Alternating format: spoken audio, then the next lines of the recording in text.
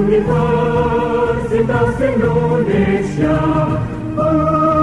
Universitas kami, ibu kota negara, pusat ilmu budaya. Assalamualaikum warahmatullahi wabarakatuh.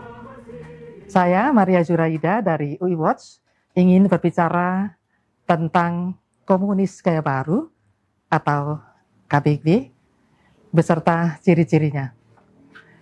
Tentu pernah mendengar tentang komunis gaya baru atau KBG kan? Begini, Jenderal Sarwo Edi Wibowo pernah memprediksi tentang kebangkitan Partai Komunis Indonesia PKI. Beliau menyatakan dalam kurun waktu 35 sampai 40 tahun mendatang setelah peristiwa G30 SPKI tahun 1965, maka PKI akan bangkit kembali. Jenderal Sarwo Edi mengukakan bahwa caranya dilakukan PKI dengan jalan penyusupan di segala bidang melalui pemerintahan, partai politik, militer, dan budaya seperti yang pernah dilakukan PKI sekitar 1950-1965. Kesimpulan itu menurut Pak Sarwo Edi berdasarkan dokumen-dokumen yang berhasil disita dan hasil interogasi terhadap anggota PKI yang tertangkap saat operasi-operasi yang dipimpinnya. Ternyata apa yang terjadi? Kini telah muncul komunis gaya baru KGB di sekitar kita. Banyak ciri-ciri dari komunis gaya baru, namun dengan durasi yang singkat, kami sampaikan 3 ciri terlebih dahulu, yaitu memutarbalikkan fakta, berdusta, dan intimidasi. Yang pertama, kita bicara tentang ciri memutarbalikkan fakta. PKI sebagai pelaku pemberontakan G30S tahun 1965 telah diputarbalikkan PKI menjadi sebagai korban melalui tulisan-tulisan di media atau beberapa buku yang ditulis dan dijual melalui toko-toko buku. Ini merupakan pemilukan sejarah yang dilakukan pasca 1998. Memang kurikulum sejarah Indonesia pasca 1998 telah menghilangkan sejarah pemberontakan PKI 1948 dan 1965.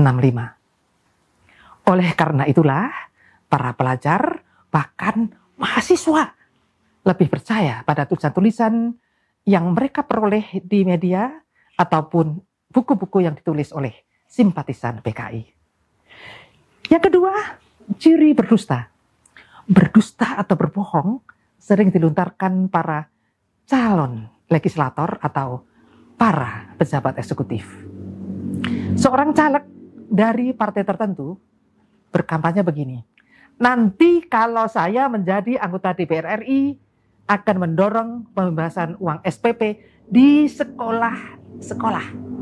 Setelah jadi, boro-boro ya bersuara seperti itu di DPR. Yang penting menang dulu dan bisa duduk sebagai anggota DPR. Masalah janji kan hanya sekedar janji. Kok gampangnya berdusta pada rakyat?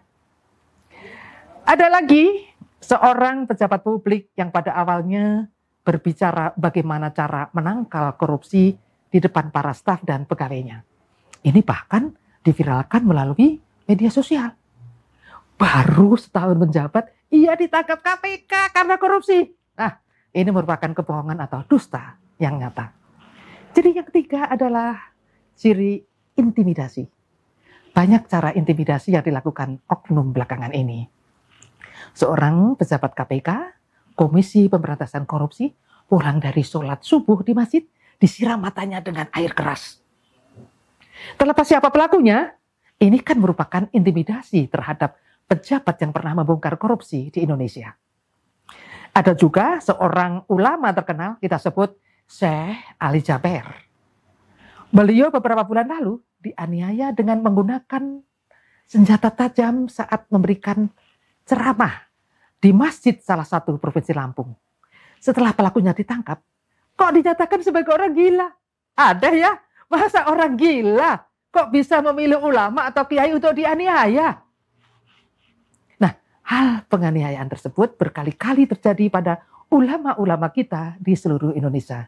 Ujungnya, setelah pemeriksaan, pelakunya dianggap tidak waras alias gila. Loh, kok seragam ya? Penganiayaan terhadap para kiai persis dilakukan PKI pada tahun 1948 dan 1965. Intimidasi seperti itulah juga merupakan ciri komunis gaya baru. Saya Maria Judaida dari UWatch. Sampai jumpa. Billahi taufiq wal hidayah. Assalamualaikum warahmatullahi wabarakatuh. Pancasila dasar negara.